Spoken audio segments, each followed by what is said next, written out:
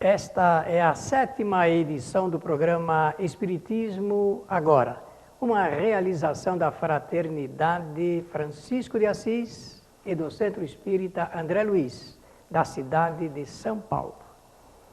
O objetivo do nosso programa é levar até você os estudos da doutrina espírita de acordo com as obras de Allan Kardec, o codificador do Espiritismo.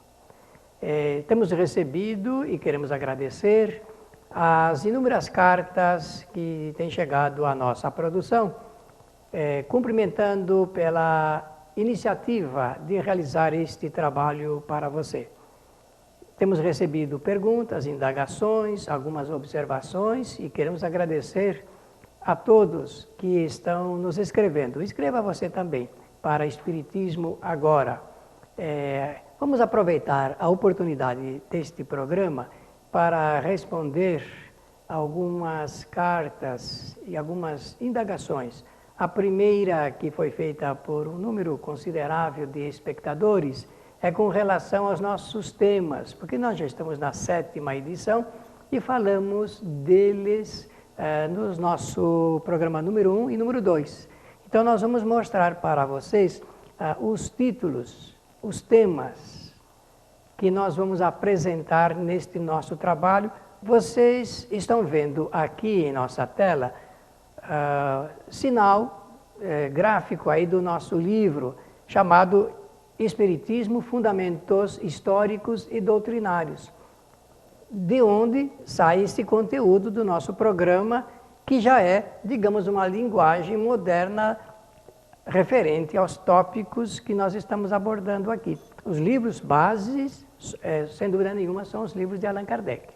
Então, ali, Espiritismo, Fundamentos Históricos e também Doutrinários. Então, vamos aos temas que nós estamos examinando em nosso programa Espiritismo Agora. Os princípios são os básicos da doutrina espírita, em número de 14 princípios.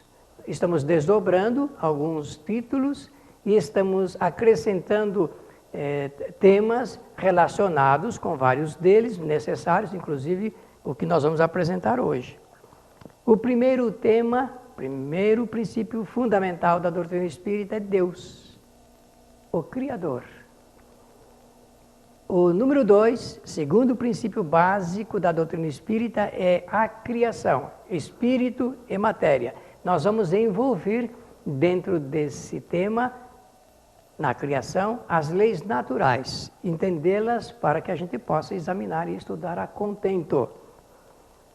O número 3, terceiro princípio fundamental do Espiritismo, é imortalidade, uma lei natural. 4, evolução, lei natural. O 5º tema é reencarnação, pluralidade das vidas sucessivas. O 6º tema é livre-arbítrio, liberdade de pensar, falar e agir, uma lei natural, a qual estão submetidos todos os espíritos no universo inteiro. O 7º tema é causa e efeito, lei de causalidade, não casualidade. O 8º tema é fluidos. O 9º tema é perispírito, corpo fluídico do espírito. O 10º tema, título, princípio fundamental da doutrina espírita, é a lei de comunicabilidade entre os homens e os espíritos, através de uma faculdade natural a todos os seres humanos, chamada mediunidade. O 11º princípio fundamental do Espiritismo, portanto, 11º tema de Espiritismo agora é a vida em outros planetas. Erraticidade é o 12º tema, título, 12º princípio fundamental do Espiritismo. Erraticidade é o estado em que fica o espírito depois que ele desencarna. Desencarnado, ele se encontra em outro estado. Quando está encarnado, estado de encarnado. Fora desse estado, ele está em estado de erraticidade, um termo muito antigo que significa que o espírito não fica fixado em um único lugar. O 13º princípio da doutrina, 13º título e, portanto, tema do nosso programa é a influência dos espíritos na vida das pessoas, isto é, dos encarnados. 14º princípio da doutrina espírita, tema do nosso programa é a ação dos espíritos junto aos fenômenos da natureza. Muito bem, agora nós vamos apresentar para vocês, atendendo inclusive as solicitações dos nossos amigos espectadores, onde se pode estudar o Espiritismo. Diversas cartas que chegaram ao nosso programa fazem essa indagação. Por onde eu começo? O que eu tenho que ler primeiro, estudar primeiro? Posso estudar em um centro espírita, em uma sociedade espírita, ou também posso fazer os meus estudos particulares. A nossa proposta, obviamente, é realizar o estudo das duas formas, sendo que seja possível isto. Bem, Allan Kardec, quando foi indagado sobre esse assunto de como estudar o Espiritismo, qual é o primeiro passo para que alguém pudesse ter noções teóricas sobre a doutrina espírita, é realmente começar examinando o assunto através desta obra, O que é o Espiritismo. É um livrinho muito fácil de ser lido, porque Allan Kardec simulou diálogos com diversos personagens e ele faz isso através de questões, perguntas e respostas. Allan Kardec diz assim, devemos ler primeiramente o livro O que é o Espiritismo e depois ler o livro dos Espíritos, que nós vamos buscar aqui para mostrar para você. O livro dos Espíritos, ele é a base fundamental da doutrina espírita. É através dessa obra que Allan Kardec apresenta o conteúdo doutrinário do Espiritismo. A segunda obra é o livro dos Médiuns, uma obra escrita a partir de 1861, publicada lá em Paris, e o objetivo desse livro é dirimir dúvidas, explicar como funciona a relação de espíritos com os chamados médiuns e como as pessoas que se envolvem com essa prática, naquele tempo chamada de magnetizadores, nós chamamos hoje de dirigentes espíritas. O terceiro livro, para você que perguntou quais são os livros que deveria ler para conhecer o Espiritismo, é esse aqui, o Evangelho segundo o Espiritismo. É um livro escrito por Allan Kardec no silêncio, quase que no anonimato, até que ele saiu publicado. Porque Allan Kardec fez essa publicação no dia 24 de abril de 1864. E é um trabalho bastante interessante, porque é um estudo circunstanciado que o codificador do Espiritismo fez sobre os ensinamentos morais de Jesus de Nazaré. Ele escolheu uma certa quantidade desses ensinamentos e sobre cada um realizou um trabalho simplesmente notável de explicação espírita. O Céu e o Inferno é o quarto livro publicado por Allan Kardec. E a última obra publicada por Allan Kardec, que forma o corpo doutrinário do Espiritismo, é a Gênese, um livro muito importante da literatura espírita e onde nós podemos aurir conhecimentos muito grandes sobre o Espiritismo. As pessoas têm sempre interesse cultural, interesse de conhecer as bases teóricas do Espiritismo. Isso é fundamental. Allan Kardec, como ele dominou esse assunto durante 14 anos, ele sempre fazia questão de salientar que nós temos que começar pela teoria, antes de praticarmos um assunto sério como o Espiritismo, assunto de alta responsabilidade, principalmente quando se trata do relacionamento entre os homens e os seres chamados invisíveis. Origem da vida, origem do universo. Por ora, eu posso dizer que esta grande interrogação ainda permanece no sentimento e no raciocínio de muitas pessoas no mundo. A pergunta que se pode fazer é esta: Deus é o Criador do universo? Se nós perguntarmos a qualquer homem religioso, a resposta será sim. Mas se nós perguntarmos para alguém que não é religioso e que não admite a existência de Deus, a resposta com toda certeza será outra. Então, do ponto de vista da concepção religiosa, nós podemos nos reportar a um dos livros religiosos muito antigo, como a Bíblia. E diz assim: por um simples ato de sua vontade, Deus fez o mundo, o nosso planeta, a partir do nada, pois no princípio só Ele, eterno, existia.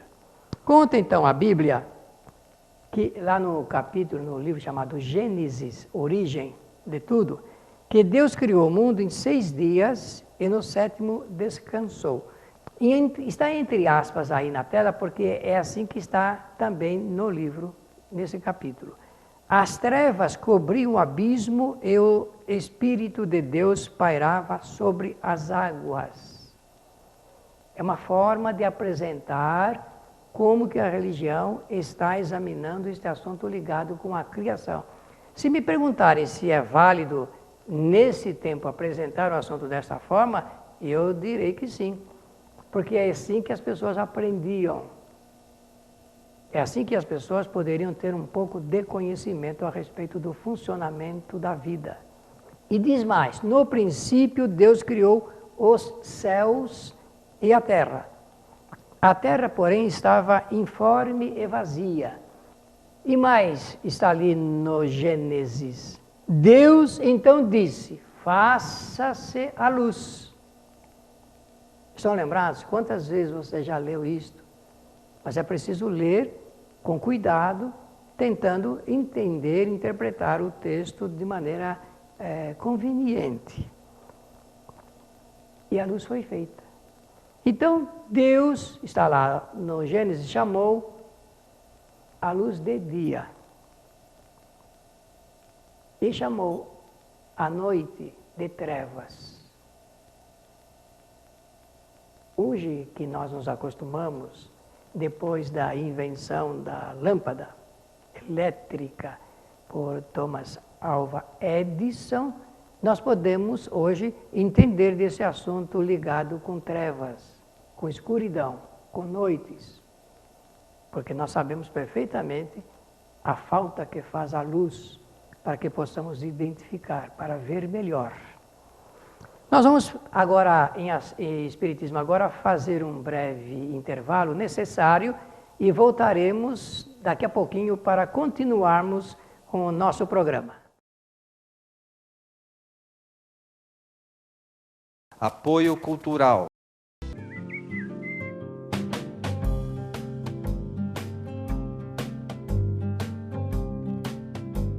Rádio Boa Nova, a comunicação em prol de um mundo de regeneração.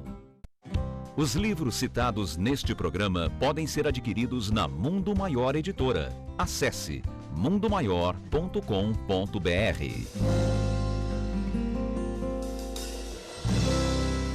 Um simples gesto, um ato de enormes proporções. Um simples gesto é capaz de dar apoio, acolher, educar, alimentar.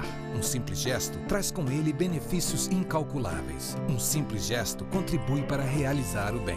Participe para que a rede social do bem possa aumentar a sua capacidade de multiplicar as suas ações sociais. Pratique isso na hora que você for pagar a sua próxima compra. Use o cartão de crédito exclusivo O Bem. Peça já o seu cartão. Ligue 0800 644 2273.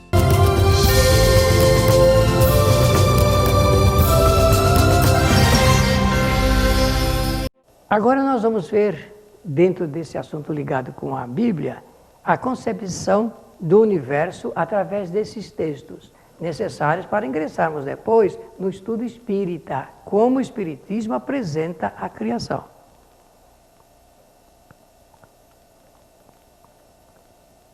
A primeira concepção é de que a Terra era plana e o mar, a água, estava embaixo dela. Está em Salmos 136, versículo 6. A outra concepção dentro da Bíblia é de que o céu é uma tigela virada acima da terra chata. Vocês podem ver aí pela ilustração como era essa concepção. Está em Jó, capítulo 37, versículo 18. A outra concepção é que a terra estava totalmente parada, não se movia. Está em Salmo 93, versículo 1. E ainda em Salmo, capítulo 104, versículo 5. E a teoria do Big Bang, que vem aí a partir de um certo período nosso, aí no século XX. Nós já estamos no século XXI. E até outro dia, né, algum tempo atrás, estávamos no século XX. E nesse século apareceram algumas teorias bastante interessantes da origem do universo. Uma delas é do Big Bang, da explosão e da expansão do universo. Essa teoria mostra de que tudo começou, ou tenta mostrar, ou interpretar o início de tudo através dessa explosão nuclear, atômica. O universo, então, estava originariamente muito quente e denso. Em algum tempo, notem que está aí sublinhada a palavra tempo finito, delimitado, que isso era no passado. Desde então tem se resfriado pela expansão ao estado diluído atual e continua expandindo. Porque a ciência acha que o universo está em flagrante expansão. De acordo com o modelo do Big Bang, o universo se expandiu a partir de um estado extremamente denso e quente e continua a se expandir atualmente. Criação é o princípio básico do Espiritismo que vem logo depois do Criador. Tem que falar da criação.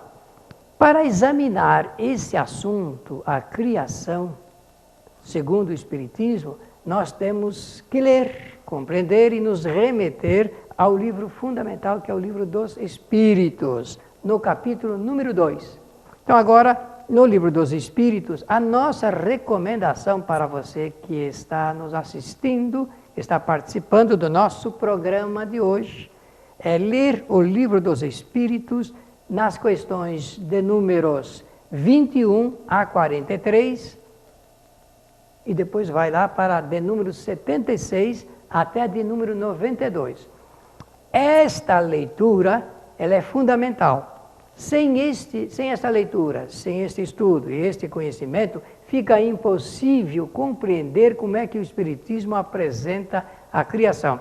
Preste muita atenção se você quer conhecer, quer aprender, como é que nós aqui em Espiritismo agora vamos apresentar didaticamente esse assunto. Lendo o livro dos Espíritos nessas questões e também o livro chamado A Gênese, publicado por Allan Kardec, é escrito e publicado por Allan Kardec. No capítulo 11, nos itens 6 a 14. No capítulo 2 do livro dos Espíritos, o tema é este, Espírito e Matéria. Preste bastante atenção nessas duas palavras, Espírito e Matéria. Primeiro conhecimento que o Espiritismo apresenta sobre a vida. Deus é criador, Deus é causador. Então a doutrina espírita explica o seguinte, preste bastante atenção. Deus criou o elemento espiritual e o elemento material. Está escrito lá. Bom, o primeiro de tudo é entender o que é a palavra elemento. Se nós nos reportarmos a qualquer dicionário, nós vamos ter essa espécie de axioma que está ali. Elemento é uma das partes constitutivas do universo. Ah, bom, então agora dá para entender por que os espíritos preferiram falar com Allan Kardec numa linguagem acessível à cultura daquela época e permanece até hoje. Chamar de elemento espiritual e elemento material as duas partes que constituem o universo. O elemento espiritual, diz o Espiritismo, individualiza-se dando origem a todos os espíritos. Aí está. Todos os espíritos que habitam o universo. Todos os espíritos são individualizações do elemento espiritual. Sabe por que eu estou repetindo isto, me fixando nesta parte? Porque ela é indispensável para nós entendermos o que é que vai se seguir. Os espíritos são individualizações do elemento espiritual. Quando você pensar em si próprio, pense sempre assim: eu sou uma individualização do elemento espiritual. É assim que eu fui criado. É assim que devemos pensar? Exatamente desta maneira. Os espíritos são dotados, desde a sua criação, de 3 atributos essenciais, especiais. Atributos é uma palavra que significa que é atribuído, qualidades que são atribuídas a. Então vamos usar uma linguagem bem simples para você entender melhor. Deus ofereceu para cada espírito 3 qualidades que eu chamo de ferramentas de trabalho. O Criador deu a cada criatura 3 ferramentas de trabalho para a sua evolução. Agora percebam a maneira como eu vou colocar este assunto. Não é Deus que faz a evolução dos espíritos. São os espíritos que fazem a sua própria evolução. E contam com 3 ferramentas para esse trabalho. Porque evolução é um trabalho que o espírito realiza em seu favor. Quais são essas 3 ferramentas? Inteligência, que é uma faculdade. A palavra faculdade significa que faculta a. Uma faculdade que dá ao espírito a condição de apreender. Dá para você registrar isto? Nós usamos a inteligência. Inadequadamente, querido amigo espectador, e me permita dizer desta maneira, de maneira inadequada, nós achamos que nós temos inteligência. No fundo, nós usamos esta faculdade para aprender. Ela é utilizada de acordo com a possibilidade do espírito, de cada espírito. Uns usam melhor e mais. Logo, aprendem mais e melhor. Usam menos e pior. Logo, aprendem menos e pior. Dá para compreender isto? Quando a gente usa a expressão, este homem é mais inteligente do que o outro, é porque ele está exteriorizando o volume do seu conhecimento, dada a utilização que fez desta faculdade. Eu sei que de início é um pouco difícil de compreender esta matéria, assim do jeito que eu estou colocando aqui para você, mas peço que examine este assunto com um pouco mais de cuidado. A segunda ferramenta de trabalho do espírito, segundo atributo especial, dotado por Deus, pelo Criador, às criaturas, é a vontade. A vontade é o querer, é o desejar, o aspirar. Em psicologia é a volição. Volição, o ato de querer, mas eu estou usando de uma ferramenta de trabalho. Posso dizer de uma faculdade? Porque o indivíduo usa da vontade. Usa da vontade para atingir os seus objetivos na vida. Quem usa mais e melhor, aprende mais e melhor. Quem usa menos e pior, aprende menos e pior. E a terceira ferramenta de trabalho é o pensamento.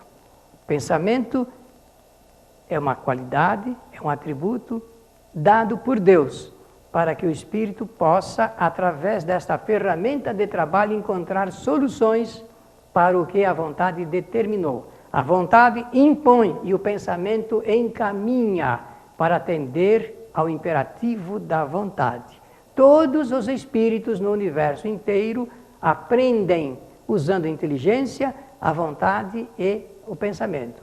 E é por isso que nós fazemos experiências, usando essas 3 ferramentas de trabalho para a nossa vida. E assim nós aprendemos. Agora nós vamos terminar o nosso programa. Não é isto? Terminar o nosso programa neste dia e voltaremos a este assunto no nosso próximo programa, porque esse assunto, a criação, vai continuar com você. Pela sua atenção, o nosso agradecimento. Convide os seus amigos também para assistirem Espiritismo Agora. Escreva para o nosso programa. Mande a sua carta eletrônica. Faça seu questionamento, suas perguntas, suas observações. Nós responderemos a todos, ou no ar aqui, na frente das câmaras, ou escreveremos através também dos e-mails. Muito obrigado pela atenção e até o nosso próximo programa.